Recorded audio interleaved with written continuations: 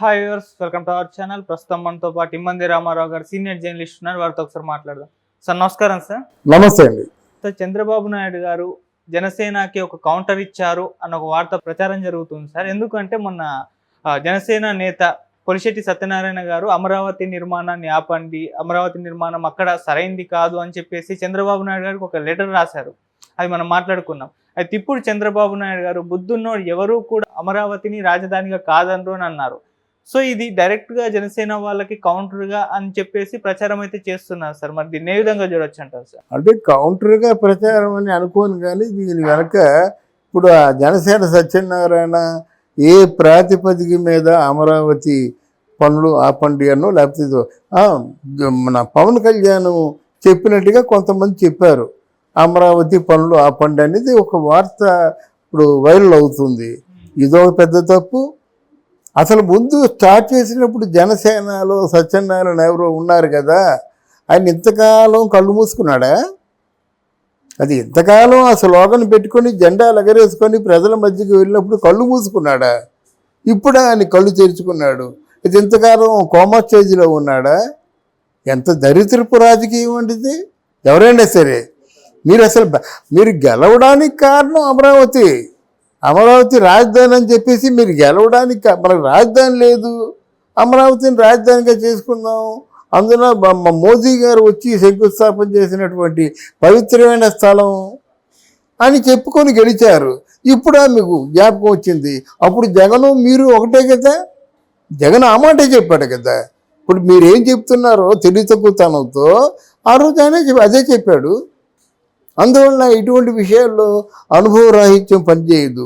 ఒకవేళ జనసేన తాలూకు ఎవరైనా కొంచెం ఉత్సాహం ఉన్న కార్యకర్తలు ఉంటే వాళ్ళు తాలూకు ఆ ఉత్సాహాన్ని తగ్గించవలసిన అవసరం పవన్ కళ్యాణ్కి ఉంది అనుకుంటాను. పవన్ కళ్యాణ్ ఆయనకి అమరావతి పనులు ఆపండి అని చెప్పే అంత అధికారం ఉంటుందని అనుకోను.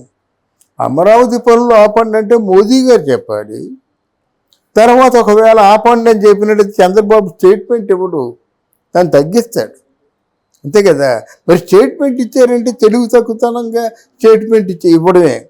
నా దృష్టిలో పవన్ కళ్యాణ్ అంత తెలుగు తక్కువతనంగా ఇద్దరూ ఒక అన్నదమ్ముల్లాగా ఉన్నప్పుడు, అంటే చంద్రబాబు నాయుడిని సంప్రదించకుండా స్టేట్మెంట్ ఇవ్వడు కదా. సంప్రదించినట్టయితే అవును అమరావతి పనులు ఆపేద్దామంటే ఆయన స్టేట్మెంట్ ఇచ్చుకుంటాడు. పుష్ పటక్ ఎక్కడ పనులు అక్కడే చెప్పి చంద్రబాబు ఇస్తారు స్టేట్మెంట్, మీరు ఎందుకు ఇస్తారు? అందువల్ల ఇది చాలా ఘోరమైంది. ఇది కేవలం రాజకీయాలు మొదలయ్యాయండి. ఇంకొక వీడియోలో చెప్తాను, రాజకీయాలు మొదలయ్యాయి. వైసీపీ రాజకీయాలు చాలా, అటు ఎలక్షన్లో ఎలా డబ్బు ఖర్చు పెడుతున్నాడో ఇప్పుడు ఈ 5 years అలాగే డబ్బు ఖర్చు పెడతాడు. డబ్బు కక్కుర్తిపడేవాడు ఎవడో వాడేం కూత కూయమంటే ఆ కూత కూస్తాడు. వైసీపీ వాళ్ళు కూస్తే ఆ కూతని నంబర్ కనుక ఈ తెలుగుదేశం వల్ల జనసేన వల్ల ఎన్నుకుంటాడు అన్నమాట. అది ప్రజలకు అర్థమవుతుంది కదా. వైసీపీ వాళ్ళు ఇప్పుడు అంబటి రాంబాబు మాటలు ఎవరు నంబరు కదా. అదే జనసేన పార్టీలో ఉన్న వర్మ గారు, అంటే జనసేన పార్టీలో ఇద్దరు అంత ప్రేమగా ఉండారు కదా, వర్మ గారు చెప్పండి నమ్ముతారు. ఒక మరి రాయపాటి అరుణ ఆవిడ చెప్పండి నమ్ముతారు. ఒక రజనీ చెప్పండి నమ్ముతారు. ఒక శివపార్వతం చెప్పండి నమ్ముతారు. అంటే క్రెడిబిలిటీ ఉంది కనుక. అంటే క్రెడిబిలిటీ ఉన్నటువంటి నాయకుల్ని కొనేసుకొని వాళ్ళ ద్వారా ఈ పిచ్చి ప్రలాపనలన్నీ కూడా ప్రేలేలాగా చేసుకోవడం అవుతుంది. కానీ ఇది ఎంత మాత్రం నిజం కాదు సార్. అమరావతి నిర్మాణం పైన మరి జనసేన నేత ఆ విధంగా ఒక స్టేట్మెంట్ ఇచ్చారు కదా, పవన్ కళ్యాణ్ గారికి తెలియకుండా ఇచ్చాను అనుకోవచ్చా? అంటే లెటర్ రాశారు, లేదంటే పవన్ కళ్యాణ్ గారికి తెలిసి ఆ లెటర్ రాశారా? పవన్ కళ్యాణ్కి తెలియదండి. ఇప్పుడు మనకే ప్రోటోకాల్స్ తెలుసు కదా. పవన్ కళ్యాణ్ ఎవరు, జనసేన నేత ఎవరు అండి? వీళ్ళెవరు? గవర్నమెంట్ తరఫున ఇవ్వాల్సిన స్టేట్మెంట్లకి, దానికి కూడా రాజధాని మీద ఇచ్చే స్టేట్మెంట్లకి మిగతా వాళ్ళు ఎందుకు ఇస్తారు? మిగతా వాళ్ళకి సంబంధం లేదు, అసలు జోక్యం చేసుకోరు. మరి వీళ్ళు ఎందుకు జోక్యం చేసుకున్నారో దీని వెనక ఏముందో మరి తొందరలో తెలుస్తుంది. అది అమరావతి రాజధాని, ఆ రాజధాని మీద బేస్ చేసుకొని మనం నిధులు తెచ్చుకోవాలి. రాజధాని అమరావతి కొత్త రాజధాని, దాన్ని డెవలప్ చేయాలి, పరిశ్రమలు డెవలప్ చేయాలి, అన్ఎంప్లాయ్మెంట్ సాల్వ్ చేయాలి. ఎన్ని దాని మీద ఆధారపడి ఉన్నాయి అని అర్థం చేసుకున్నారు ఒకసారైనా? డెవలప్ చేయవలసింది ముందు అమరావతినే. అంతేగాని దాన్ని బేస్ చేసుకొని నిధులు తెచ్చుకోవాలి, దాన్ని బేస్ చేసుకొని పోరాటం చేయాలి. లేకపోతే మీరు చేసింది దానికి వైఎస్ఆర్సీపీ వాళ్ళు చేసిన దానికి మధ్య తేడా ఏముంది? వాళ్ళు చేసిందే మీరు చేస్తున్నారు. దానికోసం మీ ఎందుకు గొప్పలు చెప్పుకోవడానికి? కానీ ఇది ప్రజలే ప్రశ్నిస్తారు. ఇప్పుడు ఈ రోజులు అమరావతి ప్రజలేమో నిద్రాహారాలు మానేసి చలి చీకటి అన్నిటికీ భరించి ఉండి మొత్తానికి ఏదో అమరావతి రాగానే మళ్ళీ చచ్చి బతికినట్టుగా ఫీల్ అయ్యారండి. మళ్ళీ వాళ్ళని హింస పెడతారా? అప్పుడు వైఎస్ఆర్ కాంగ్రెస్ పార్టీలో పోలీసులు హింస పెట్టారు, నాయకులు హింస పెట్టారు, వీధి రౌడీలు హింస పెట్టారు. ఇన్ని కష్టాలు భరించి ఈరోజు అమరావతి మాది అని ఊపిరి పీల్చుకుంటున్న తరుణంలో ఇలా చేయడం ఇది కరెక్ట్ కాదు. పార్టీకి నష్టం. పార్టీలో ఎవరేమైనప్పుడు పార్టీ నష్టమే కదా అది. ఓకే, అంటే సార్ ఆయన కొన్ని సలహా అయితే ఒకటి ఇచ్చారు చంద్రబాబు నాయుడు గారికి లేఖ రూపంలో. ఆయనకున్న కొన్ని ప్రతిపాదనలు ప్రవేశపెట్టారు. దానిపైన ఏమన్నా ఆలోచించే అవకాశం ఏమన్నా ఉంటుందా? ఇప్పుడైతే లేనట్టే కనిపిస్తుంది. అసలు ఆయన స్టేట్మెంట్ని పరిగణలోకి తీసుకోవాలంటారా సార్? ఆయన ఎవరండి చంద్రబాబు నాయుడుకి ఇవ్వడానికి? మీకు అర్థం లేకుండా మాట్లాడుతున్నాను. ఆయన జనసేన పార్టీ అధినేత పవన్ కళ్యాణ్కి ఇవ్వాలి. అయ్యా నా తాలూకు ఆలోచన ఇది మీద తమరు కొంచెం విచారించి చూడండి. ఒకవేళ ఇది నేను చెప్పింది రైట్ అనిపించినట్టే మీరు ముఖ్యమంత్రి గారి చెవిలో వేయండి. ఎంతవరకు అవకాశం ఉంటే అంతవరకు చేయండి. ఎందుకంటే రాజకీయ పరిజ్ఞానం ఏమాత్రం ఉన్నా సరే దాన్ని ఆధారం చేసుకొని మనం రాజకీయం చేసాం. అది వద్దంటే మీరెందుకు బాబు? ఎందుకు మీరు? ఎన్నున్నాయి మీకు? భవన కార్మికులు ఉన్నారు, వాళ్ళు కొన్ని లక్షల మంది చచ్చిపోయారు. ఈ పేర్లు చెప్పుకునే కదా మీరు వచ్చారు. రాజధాని లేదు, ఈ పేరు చెప్పుకునే మీరు వచ్చారు. అన్ఎంప్లాయ్మెంటు, ఈ పేరు చెప్పుకునే కదా మీరు వచ్చారు. ఈ విషయాల్లో మీరు మాట్లాడితే జనం చాలా చాలా కోప్పడతారు, చాలా తేలికైపోతారు అన్నమాట. నా నోటంటే బూతులు రావటం లేదు, కానీ జనం దృష్టిలో ఇదేం చెత్త రాజకీయం రా అంటారు.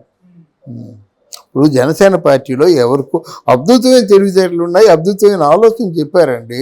ఆయన ఎవరు? అధిష్టానాన్ని చెప్పకుండా ఆయన అధిష్టానం ఎవరు? పవన్ కళ్యాణ్. ఆయనతో చెప్పలేయండి. ఆయన కొంతమందితో సంపాదిస్తాడు, అడ్వైజరీ బోర్డు ఉంటుంది, వాళ్ళతో మాట్లాడతాడు. ఈ చెప్పదగిన మాట అంటేనే చంద్రబాబు చెప్తాడు, వాళ్ళిద్దరూ ఆలోచిస్తారు, నిర్ణయం తీసుకుంటారు. ఓకే సార్, ఇదే ఇప్పుడు వైసీపీ అంటే ట్రోల్ చేయడానికి, ఒక విమర్శించడానికి ఒక దారి అయితే ఇచ్చిందని అనుకోవచ్చు. అంటే కోఆర్డినేషన్ లేదు వీళ్ళ మధ్య. ఆయన పవన్ కళ్యాణ్ గారికి చెప్పకుండా డైరెక్ట్గా చంద్రబాబు గారికి లేఖ రాశారని ఈ విధంగా ఒక విమర్శ చేయడానికైతే వాళ్ళకు అలసిచ్చినట్టు కనిపిస్తుంది. ముందు అంబటి రాంబాబు చెప్తారండి, జనసేన పార్టీ తెలుగుదేశం పార్టీ విడిపోద్దని చెప్పాను, ఇదిగో అంటాడు మాట. ఎందుకంటే వాళ్ళు పండగ చేసుకుంటారండి. ఇట్లాంటి పిచ్చి పిచ్చి మాట్లాడడం, పిచ్చి పిచ్చి స్టేట్మెంట్లు వైరల్ అవ్వడం ద్వారా వారు పండగ చేసుకుంటారు. ఇట్లాంటి 4 చాలు. ఇప్పుడు తెలుగుదేశం వాళ్ళు జనసేన వాళ్ళు పెద్ద రాజకీయంగా ఏం పొడి చేయలేదు, ఏం కంట్రోల్ చేయలేదు. అంతకుముందు వైఎస్ఆర్సీపీ వాళ్ళు అధికారంలో ఉన్నప్పుడు ఎలా ఉందో ఇప్పుడు అలాగే ఉంది. తెల్లారు లేచినట్టయితే అక్కడ రోజా నోరు కట్టలేదు, అంబటి రాంబాబు నోరు కట్టలేదు, ఆ బొచ్చగాడు నోరు కట్టలేదు, మాట్లాడితే బొచ్చు అనుకొని. ఎవరు నోరు కట్టారు? ఎవరు తగ్గడం లేదు. మీరు ఎందుకు అధికారం నుండి దండగా? ఎందుకండి అధికారం నుండి దండగా? వాళ్ళకి అవకాశం కదా. ఇప్పుడు జగన్మోహన్ రెడ్డి జైలుకి వెళ్ళి ఏదో ఓదారుస్తున్నట్టు ఎంత గట్టిగా చెప్పుకున్నాం మనం. జైల్లో ఉన్న వాళ్ళు ఓదార్చడం ఏంట్రా బాబు? నీ దగ్గర ఈశ్వరం అనుకుని ఉన్నారు, దిక్కులు చూస్తున్నారు, వాళ్ళు ఓదార్చు, పర్వాలేదు, 5 ఏళ్ళు వచ్చేస్తాం, మీరేం భయపడకండి. వాళ్ళు ఆర్థికంగా నష్టపోతే మీరు డబ్బులు ఇవ్వండి. అంతేగాని ఇదేంటండి? ఇది పనికిమాలిన ఎవరి మట్టుకు వాళ్ళే స్టేట్మెంట్ ఇచ్చేయడం. ఇట్లా అమరావతిని కాదనడం వీళ్ళ తరమా? అట్లా ఒక కార్యకర్త అండి, ఒక చిన్న లీడర్ అనుకుందాం. లీడర్ అయితే పవన్ కళ్యాణ్ విరుద్ధంగా స్టేట్మెంట్లు ఇచ్చేస్తాడా? అప్పుడు పోతిన మహేష్కి ఈ లీడర్కి తేడా ఏంటి? జనసేనకి ద్రోహం చేసి వెళ్ళిపోయిన పోతిన మహేష్కి జనసేనకి భక్తుడిగా ఉన్న సత్యనారాయణకి తేడా ఏమిటి అని అడుగుతున్నాను నేను. ఆ తేడాను గమనించాలి. ఇప్పుడు నాయకత్వం రాగానే మీ కళలు నెరవేర్చుకోవడం కాదు, నాయకత్వాన్ని నిలబెట్టుకునేందుకు అనుక్షణం కూడా మీరు ఉండాలన్నమాట. చాలా అప్రమత్తంగా ఉండాలి. ఇప్పుడు ఏ వార్త వస్తుందో ఆ వార్తను వెంటనే ఖండించాలి. అదే పనిగా వార్త చేస్తే ఆ వార్త చెప్పేవాడిని లేకుండా చేయాలి. అంతే కదా. అందుకైతే తేలికైపోయారు. ఒక టార్గెట్, అది కొంత పేటీఎం బ్యాచ్, కొంతమందికి చదివింపులు చదివించేసి మీ ఇష్టం, మీరు ఎంత ఎన్ని క్యాసెట్లు చేశారో అన్ని 100 ఇచ్చేస్తూ ఉంటారు, 2,000 ఇచ్చేస్తూ ఉంటారు. అంటే నెలకు 30-40 క్యాసెట్లు చేసేసి వెళ్ళిపోయి 50,000 అంత తెచ్చేసుకోవడం, అంటే తక్కువలో తక్కువ. ఇలాంటి బ్యాచ్ తయారైంది ఇప్పుడు. అందువల్ల అది కాకుండా మీరు మీడియాను, తర్వాత ఏమో దీన్ని ఏమంటారు, డిజిటల్ మీడియాలో సోషల్ మీడియాను మాత్రం చాలా జాగ్రత్తగా గమనిస్తూ ఉండాలి. Okay, thank you so much. Thank you అమ్మా, థ్యాంక్ యూ వెరీ మచ్.